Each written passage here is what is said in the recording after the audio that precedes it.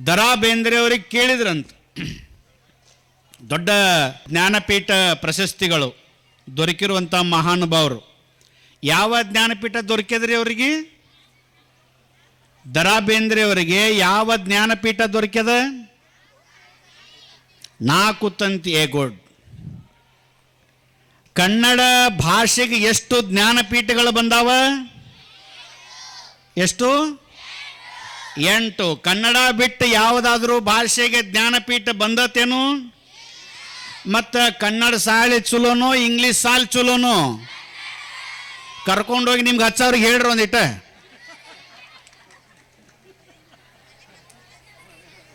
ಯವ್ವ ಅವ್ರದ್ದೇನು ಸಮಸ್ಯೆ ಇಲ್ರಿ, ಗಂಡು ಮಕ್ಕಳದೇನು ಸಮಸ್ಯೆ ಇಲ್ಲ. ಅವಕ್ಕೆ ತಲೆಯಾಗ ಮನ್ಯಾಗ ತುಂಬಿ ಅಯ್ಯ ನಿಮ್ಮಂಗೆ ಆಗೋದು ಬೇಡ, ಹಚ್ರಿ ಕಾನ್ವೆಂಟ್ಗೆ ಅಂತೇಳಿ ಅವಕ್ಕೆ ತಲೆಯಾಗ ತುಂಬಿ ನೀವು ಆ ನಮನಿ ಹಚ್ತೀರಿ. ಇಲ್ಲಿ ನೋಡ್ರಿ ಎಷ್ಟು ಚಂದ ಕುಂತಾವ. ಮಾತಾಡಕ್ಕೆ ಯಾವ ಭಾಷೆ ಚಂದ? ಯಾಕೆ ಚಂದ? ಯಾಕಂದ್ರೆ ನಮ್ಮ ರಾಜ್ಯನೇ ಕರ್ನಾಟಕ. ಆ ಕರ್ನಾಟಕ ಅನ್ನುವಂಥದ್ದನ್ನು ಶಬ್ದವನ್ನು ವಿಂಗಡಣೆ ಮಾಡ್ರಿ ಏನಾಕತಿ? ಕರ್ಣ ಅಂತಂದ್ರೆ ಕಿವಿ, ಕರ್ಣ ಅಂದ್ರೆ ಕಿವಿ, ಅಟಕ ಅಂದ್ರೆ ಸಮೀಪ, ಇಂಪಾಗಿಸುವುದು. ಕಿವಿಗೆ ಯಾವುದು ಇಂಪುಗೊಳಿಸುತ್ತದೆಯೋ ಅದೇ ಕನ್ನಡ ಭಾಷೆ. ದರಾ ಬೇಂದ್ರೆಯವರಿಗೆ ಕೇಳಿದ್ರಂತ, ಅಜ್ಜವ್ರ ನೀವು ಭಾಷಣ ಕನ್ನಡದಾಗ ಏನು ಭಾಷಣ ಮಾಡಿರಿಲ್ರಿ, ಭಾಳ ಚಂದ ಮಾಡಿರಿ ಅಂತಂದ್ರಂತ. ಅವಾಗ ಬೇಂದ್ರೆ ಅಜ್ಜಾರ ಅಂದ್ರಂತ, ಭಾಷಣ ಮಾಡಾಕ ಕನ್ನಡ ಭಾಷೆನ ಚಂದು ಅಂತಂದ್ರಂತವ್ರು. ಭಾಷಣ ಮಾಡಾಕ ಮಾತಾಡಾಕ ಕನ್ನಡ ಭಾಷೆನ ಚಂದ. ಈಗ ಕನ್ನಡ ಶಾಲೆ ಒಳಗೆ ಕಲ್ತವ್ರಿಗೆ ನೀವು ಹಿಂಗೆ ದಾರ್ಯಾಗ ಹೊಂಟೀನಿ, ಯಾವ ತೊಡ್ರಗಾಲ ಹಾಕ್ಕೊಂಡು ಕುಂತ ತೊಡ್ರಗಾಲ ಹಾಕಿ ನನಗೆ ಕೆಡುವುದ ಅಂತ ಅನ್ನೋದು ಯಾವುದೇ ಇಂಗ್ಲೀಷ್ ಎಕ್ಸ್ಪರ್ಟ್ನಂತೆ ಹೋಗಿ ಇದು ಟ್ರಾನ್ಸ್ಲೇಟ್ ಮಾಡ್ರಿ ಅಂತ ಕೇಳ್ರಿ, ಲಗಾಟ ಹೊಡೆದು ಗಜಮ್ ನಿಂತರೂ ಬರೋದಿಲ್ಲ.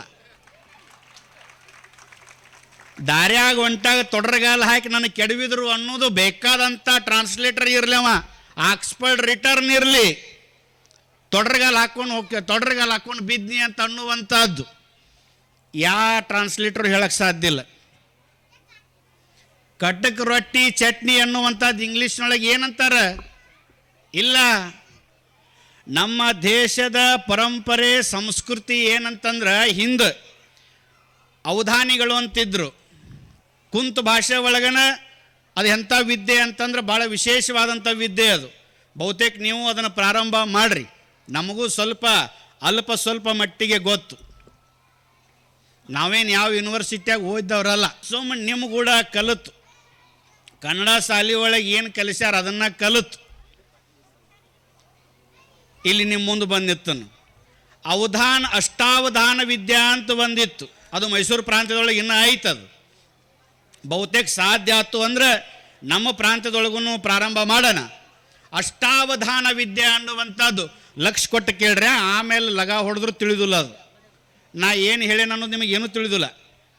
ಅಷ್ಟಾವಧಾನ ವಿದ್ಯೆ ಅಂತಂದ್ರೆ ನಡಕ ಒಬ್ಬವ ಕುಂಡಿರ್ಬೇಕು ಮೇಧಾವಿ, 8 ಜನ ಸುತ್ತಲೂ ಕುತ್ಕೋಬೇಕು, 8 ಜನ ಸುತ್ತಲೂ ಕುಂಡಿರ್ಬೇಕು, ನಡಕೊಬ್ಬವ ಮೇಧಾವಿ ಕುಂಡಿರ್ಬೇಕು. ಸಮಸ್ಯೆ ಏನು ಅಂದ್ರೆ, ಆ ವಿದ್ಯೆಯ ವೈಶಿಷ್ಟ್ಯತೆ ಏನು ಅಂದ್ರೆ, ಮೊದಲನೇ ಪ್ರಶ್ನೆ ಯಾವ ಕೇಳ್ತಾನ ಮೇಧಾವಿಗೆ ತಕ್ಷಣ ಉತ್ತರ ಕೊಡಂಗಿಲ್ಲ.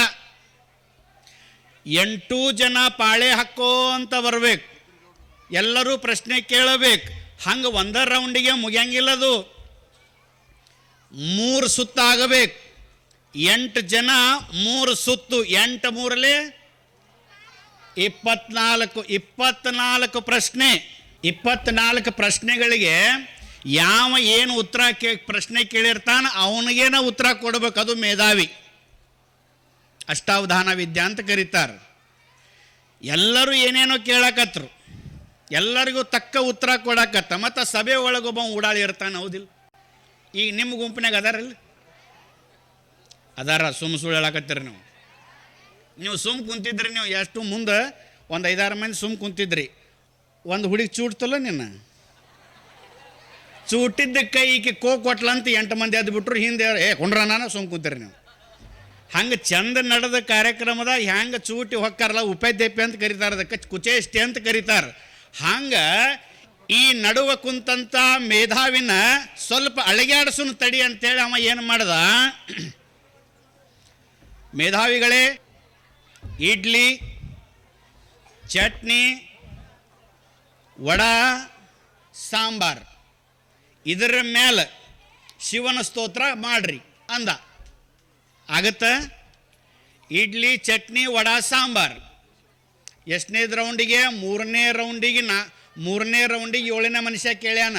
ಅದನ್ನು ನೆನಪಿಟ್ಟು ನಡಕ ಕುಂತು ಮೇಧಾವಿ ಹೇಳ್ತಾನ, ನಿನ್ನ ಪ್ರಶ್ನೆ ಇದಾಗಿತ್ತು, ಇಡ್ಲಿ ವಡಾ ಚಟ್ನಿ ಸಾಂಬಾರ್ ಅಂತ ಆಗಿತ್ತು. ಅಂದ್ರೆ ಭಾಷೆ ವೈಶಿಷ್ಟ್ಯ ನೋಡ್ರಿ, ಅದನ್ನ ಹೇಳತ್ತೀನಿ ನಾನು ನಿಮಗೆ. ಇಡ್ಲಿ ಚಟ್ನಿ ವಡಾ ಸಾಂಬಾರ ಅನ್ನುವಂಥ ಪ್ರಶ್ನೆನಿಂದಾಗಿತ್ತು. ಇದರ ಮೇಲೆ ಶಿವನ ಸ್ತೋತ್ರ ಮಾಡಂತ ಹೇಳಿದ್ದಿ, ಹೇಳ್ತಾನೆ ಕೇಳು ಅಂದವ ನಡಕುಂತು ಮೇಧಾವಿ. ಹೇ ಸಾಂಬರುದ್ರ, ಸಾಂಬಾರ್ ಬತ್ತಲ್ಲಿ. ಹೇ ಸಾಂಬರುದ್ರ, ಸಾಂಬಾರ್ ಬತ್. ಚಟ ಚಟಿಲ ಚಟಲಾಕ್ಷ ನೇತ್ರವುಳ್ಳವನೇ, ಚಟ್ನಿ ಬಂತ. ನೀ ಎಲ್ಲ ಕಡೆ ಇರುವಡೆ, ವಡೆ ಬಂತ. ನಾ ಪಾದವನ್ನೆಲ್ಲಿ ಇಡ್ಲಿ, ಇಡ್ಲಿ ಬತ್. ಹಿಂಗ ಅರ್ಥ ಆತಲ್ಲ? ಇನ್ನೇನು ಹೇಳೋದೇನು ಬೇಡಲ್ಲ ಅದು. ಹಾಂ, ಹಿಂಗ ಈ ವಿದ್ಯೆಗಳು ನಮ್ಮ ಪರಂಪರೆಯಲ್ಲಿ ಇದ್ದು ಈಗೂ ಅದಾವ. ಗುರುಕುಲ ವಿದ್ಯೆ ಅನ್ನುವಂಥ ವ್ಯವಸ್ಥೆ ಒಳಗೆ ಅದಾವ. ಅದರ ಬೆನ್ನು ಹತ್ತೆತ್ತಿ ಈಗ ಏನು ಮಾಡಕತ್ಯಾರ, CBS ಹಂಗೆ ಹಿಂಗೆ ಅಂತೇಳಿ ಹೋಗುವಂಥ ಪ್ರಯತ್ನ ಮಾಡ್ತಾ ಇದ್ದಾರೆ. ಆದರೆ ಕನ್ನಡ ಶಾಲೆ, ಕನ್ನಡ ಭಾಷೆ, ನಮ್ಮ ಬಸವಣ್ಣವರ ವಚನಗಳು, ಅಕ್ಕ ಮಹಾದೇವಿಯವರ ವಚನಗಳು ಎಂಥ ಅದ್ಭುತ ವಚನಗಳು ಅದಾವ.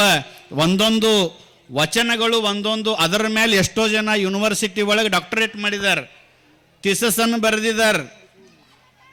ಒಂದು ವಚನ ಅಕ್ಕಮ್ಮನ ವಚನ, ಒಂದು ವಚನ ಬಸವಣ್ಣನ ವಚನ, ಒಂದು ವಚನ ಕಳಬೇಡ ಕೊಲಬೇಡ ಅನ್ನುವಂಥದ್ದು. ಈ ದೇಶದ ಸಂವಿಧಾನ ಬರೆದಂಥ ಅಂಬೇಡ್ಕರ್ ಅವರು ಮೊದಲ ಸಂಪುಟದೊಳಗೆ ಬರೀತಾರೆ, ನನ್ನ ಈ ಸಂವಿಧಾನ ಬರೀಲಿಕ್ಕೆ ಮೂಲ ಪ್ರೇರಣೆ 12ನೇ ಶತಮಾನದ ಬಸವಣ್ಣನವರು ಅಂತ ಬರೀತಾರೆ. ಅದಕ್ಕಿಂತ ನಮಗೆ ಬಸವಣ್ಣಗೆ ಇನ್ನೂ ಏನು ಗೌರವ ಕೊಡಬೇಕು? ಮತ್ತು ಸೆಕ್ಷನ್ಗಳನ್ನು ಬರೀತಾರೆ. ಬಸವಣ್ಣ ಸೂಕ್ಷ್ಮವಾಗಿ ಹೇಳ್ದ, ಕಳಬೇಡ ಕೊಲಬೇಡ, ಹುಸಿ ನುಡ್ಯಾಕೆ ಹೋಗಬೇಡ, ಹಂಗೆ ಸಾಕಷ್ಟು ಅದಾವ. ಸಂದರ್ಭಾನುಸಾರವಾಗಿ ಹೇಳಕತ್ತಾನಷ್ಟೇ. ಕಳಬೇಡ ಕೊಲಬೇಡ, ತುಡುಗು ಮಾಡಬೇಡ, ಸುಳ್ಳು ಹೇಳಬೇಡ, ಮತ್ತೊಬ್ಬರಿಗೆ ನೋಡಿ ಏನು ಕೆನಾರ ಅನ್ನಕ್ಕೆ ಹೋಗಬೇಡ, ಮತ್ತೊಬ್ಬರ ಮನಸ್ಸು ನೂಸ್ಬೇಡ, ಇದನ್ನು ಹೇಳಿದ್ರು ಬಸವಣ್ಣವ್ರು. ಅದನ್ನು ಅಂಬೇಡ್ಕರ್ ಸೆಕ್ಷನ್ ಹಾಕಿದ್ರು. ಕಳ್ಳತನ ಮಾಡಿದರೆ ಪೊಲೀಸರು ಈ ಬಂದು ನಿಮಗೆ ಈ ಸೆಕ್ಷನ್ ಹಾಕ್ತಾರೆ, ತುಡುಗು ಮಾಡಿದರೆ ಈ ಸೆಕ್ಷನ್ ಹಾಕ್ತಾರೆ ಅನ್ನುವಂಥದ್ದು ಸಂವಿಧಾನ ಚಾಪ್ಟರ್ನೊಳಗೆ ಬರಕತ್ತು. ಅದಕ್ಕೂ ವಚನ ಸಾಹಿತ್ಯಕ್ಕೂ ಮತ್ತು ಸಂವಿಧಾನಕ್ಕೂ ಸೇಮ್ ಸಿಮಿಲಾರಿಟಿ ಇರೋದ್ರಿಂದ ನಮ್ಮ ಬದುಕಿಗೂ ಕೂಡ ಒಂದೊಂದು ವಚನಗಳೇ ಒಂದೊಂದು ಸಾರ. ಹಣ್ಣಿನೊಳಗೆ ಒಂದಗುಳ, ಸೀರೆ ಒಳಗೆ ಒಂದೆಳೆಯ, ಇಂದಿಂಗೆ ನಾಳಿಂಗೆ ಬೇಕೆಂದನಾದಡೆ ಪ್ರಮತರಾನೆ ಬಸವಣ್ಣ ಹೇಳಿರುವಂಥದ್ದು. ಈಗ ಬಿಡ್ರಿ, ಅವಾಗ ಹೇಳ್ದ ಹಣ್ಣಿನೊಳಗೆ ಒಂದಳೆಯ, ಹಣ್ಣಿನೊಳಗೆ ಒಂದೆಳೆಯ ದಾರದಾಗಿಂದ ಒಂದು ಗುಂಜಿ ಅಪೇಕ್ಷೆ ಪಟ್ಟಂದ್ರೆ ನಾ ಅಲ್ಲ, ಸೀರಿನ ಅಲ್ಲ, ಸೀರೆ ಒಳಗಿನ ಒಂದು ಎಳೆ ತಗೊಂಡ್ರೆ ನನ್ನ ಕುಡಲ ಸಂಗಮನಾಥನ ಆಣೆಗೆತ್ತಿ ಅಂದ. ಅವರ ಪರಂಪರೆಗೆ ಅನುಗುಣವಾಗಿ ಬಂದಂಥ ಐದಕ್ಕಿ ಮಾರಮ್ಮ ಅಂತ ಬಂದ್ಲು. ಯಾವ ನೀವು ಕೇಳ್ರಿ ಲಕ್ಷ ಕೊಟ್ಟು, ಐದಕ್ಕಿ ಮಾರಮ್ಮ ಮನೆಗೆ ಗಂಡ ಏನಾದರೂ ಲಂಚ ತರಲಿಲ್ಲ ಅಥವಾ ರೊಕ್ಕ ತರಲಿಲ್ಲ ಅಂತಂದ್ರೆ ಮಾರಿ ಹೋಗಿ ತೆಪ್ಪೆಲಿ ಮಾರಿ ಹಾಕವ್ ನೀವು. ಅದು ತಂದದ್ದಕ್ಕೆ ಮನ್ಯಾಗ ಚಂದ ಅಡಿಗೆ ಪಡಿಗೆ ಹಾಕ್ತೀರಿ. ಇಲ್ಲಿ ಊರಾಗ ಮಾಡ್ಲಿಕ್ಕಿಲ್ಲ ಆದರೆ ಬೇರೆ ಕಡೆ ಅಂತೂ ಮಾಡ್ತಾರ. ಮನ್ಯಾನ ಹೆಣ್ಮಕ್ಳು ಲಂಚ ತೊಗೊಂಡು ಬಂದಿ ಅಂತಂದ್ರೆ ಹೊಚ್ಚಲು ಒಳಗೆ ದಾಟಬೇಡ ಅಂತೇಳಿ ನೀವು ಟೈಟ್ ಮಾಡಿದ್ರಿ, ಗಂಡ ಮಗ ಒಬ್ಬವರ ₹1 ಲಂಚ ತರ್ತಾನಿಲ್ಲ ನೋಡೋನ್ ಬೇಕಾರಾದ್ರೆ.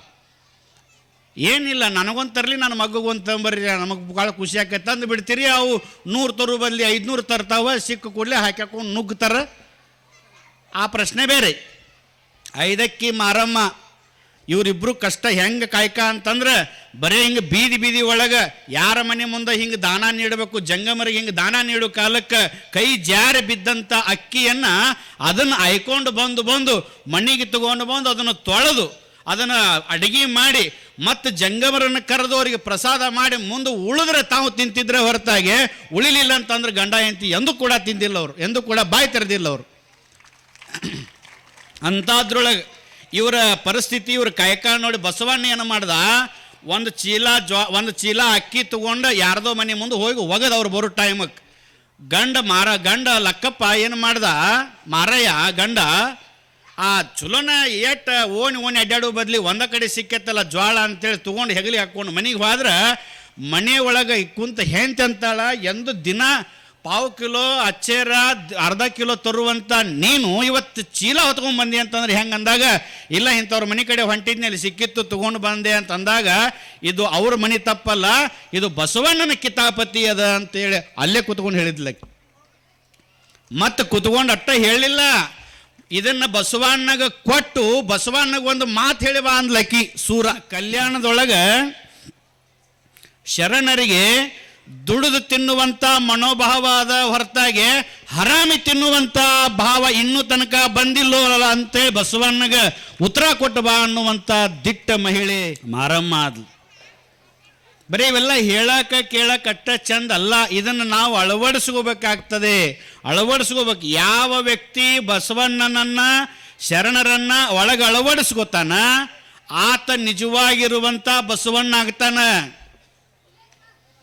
ಹಣಿ ತುಂಬ ಬರೀ ವಿಭೂತಿ ಹಚ್ಕೊಂಡು ಅನಾಚಾರ ಮಾಡಿದ್ರೆ ಅವ ಏನು ಶರಣಾತನ? ಕಾವಿ ಬಟ್ಟಿ ಹಾಕ್ಕೊಂಡೇನೆ ಅಂದ ಮೇಲೆ ನಾ ಸನ್ಯಾಸಿ ಆಗೇನೇ ಇರ್ಬೇಕ ಹೊರತಾಗಿ ಕಾವಿ ಬಟ್ಟಿ ಹಾಕ್ಕೊಂಡು ಒಳಗೆ ಒಬ್ಬ ವ್ಯಾಘ್ರ ಇದ್ದ ಅಂತಂದ್ರೆ ಈ ಬಟ್ಟಿ ನನ್ನೂ ಕೂಡ ಸುಡ್ತತಿ ಅನ್ನುವಂಥ ಸೂಕ್ಷ್ಮತೆ ನಾನು ಕೂಡ ತಿಳ್ಕೊಂಡಾಗ ಮಾತ್ರ ಈ ಬಟ್ಟಿ ಹಾಕ್ಕೊಳ್ಳಿಕ್ಕೆ ಯೋಗ್ಯ ಆಗ್ತೇನೆ ಹೊರತಾಗಿ ಇಲ್ಲಂದ್ರೆ ಆಗಂಗಿಲ್ಲ.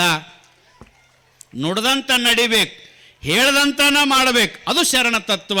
ಬರೇ ಬಸವಣ್ಣ ಅನ್ನೋದು ನೀರ ಕಲಿಸಿ ಬತ್ತಿ ಹಚ್ಚೋದು, ಬರೇ ಬಸವಣ್ಣ ಅನ್ನೋದು ಅದನ್ನು ತೊಗೊಂಡೋಗಿ ಜಾತಿಗೆ ಅನಿಸೋದು, ಬಸವಣ್ಣ ಅನ್ನೋದು ತೊಗೊಂಡೋಗಿ ಒಂದಕ್ಕೆ ಸೀಮಿತ ಮಾಡೋದು, ಇದು ಬಸವಣ್ಣ ಅಂತಾರೇನು?